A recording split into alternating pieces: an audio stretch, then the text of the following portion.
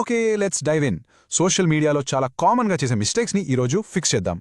Social మీడియాలో మీరు అనుకున్న రిజల్ట్స్ రావట్లేదా? ఎఫర్ట్ అంతా వేస్ట్ అవుతుందనిపిస్తుందా? Don't worry, you're not alone. చాలా businesses time and money invest చేస్తున్నారు, కానీ రిటర్న్ ఆన్ ఇన్వెస్ట్మెంట్ మాత్రం చాలా తక్కువ. ఓకే, ఒక రియల్ ఎగ్జాంపుల్ చూద్దాం. ఈ ముంబై బేకరీ స్టోరీ వినండి. వాళ్ళు కూడా ఇదే ప్రాబ్లం ఫేస్ చేశారు. వాళ్ళు ప్రతి నెల ఫేస్బుక్ యాడ్స్ కోసం 15,000 రూపాయలు స్పెండ్ చేసేవారు. అయితే వచ్చిన ఎంక్వైరీస్ కేవలం 2 లేదా 3. చాలా డిసప్పాయింటింగ్ కదా. సో ఎందుకిలా జరిగింది? వాళ్ళ first and biggest mistake targeting everyone. గుర్తుపెట్టుకోండి, అందర్నీ టార్గెట్ చేస్తే ఎవరినీ టార్గెట్ చేయనట్టే. సో వాళ్ళేం చేశారంటే ఆల్ ఆఫ్ ఇండియా టార్గెటింగ్ నుంచి వాళ్ళ షాప్కి 5 కిలోమీటర్ రేడియస్లో ఉన్న వాళ్ళకి మార్చేశారు. And the result? Journey.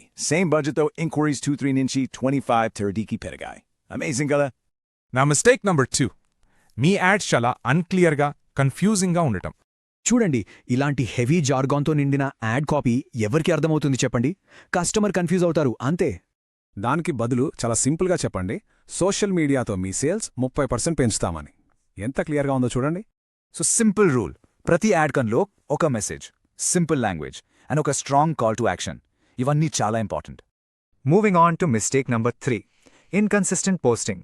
ఇది మీ ఆడియన్స్తో కనెక్షన్ దెబ్బతింటుంది. ఇది ఫిట్నెస్ కోచ్ ఎగ్జాంపుల్ చూడండి.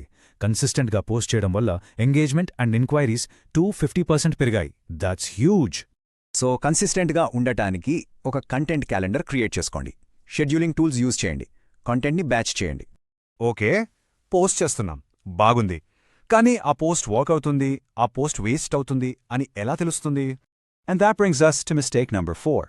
Analytics ని పట్టించుకోకపోవడం.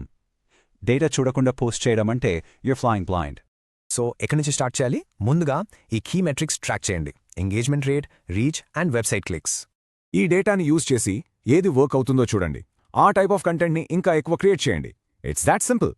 అండ్ ఫైనలీ గుర్తుపెట్టుకోండి, ద 80-20 రూల్. 80% వాల్యూ ఇవ్వండి, 20% మాత్రమే సెల్ చేయండి. అప్పుడే ట్రస్ట్ బిల్డ్ అవుతుంది. చూడండి, 80% వాల్యుబుల్ కంటెంట్, జస్ట్ 20% ప్రమోషనల్. ఇది పర్ఫెక్ట్ బ్యాలెన్స్ ఆడియన్స్తో ట్రస్ట్ బిల్డ్ చేయడానికి. సో ఇప్పటినే చూసి ఓవర్వెల్మ్ అవ్వకండి. అన్నీ ఒకేసారి చేంజ్ చేయాల్సిన అవసరం లేదు. స్టార్ట్ స్మాల్, జస్ట్ 2 ఏరియాస్తో స్టార్ట్ చేయండి. So my question to you is, ఇవంత్ మీరు ఫోకస్ చేయబోయే ఆ 2 మిస్టేక్స్ ఏవి? Think about it and start today.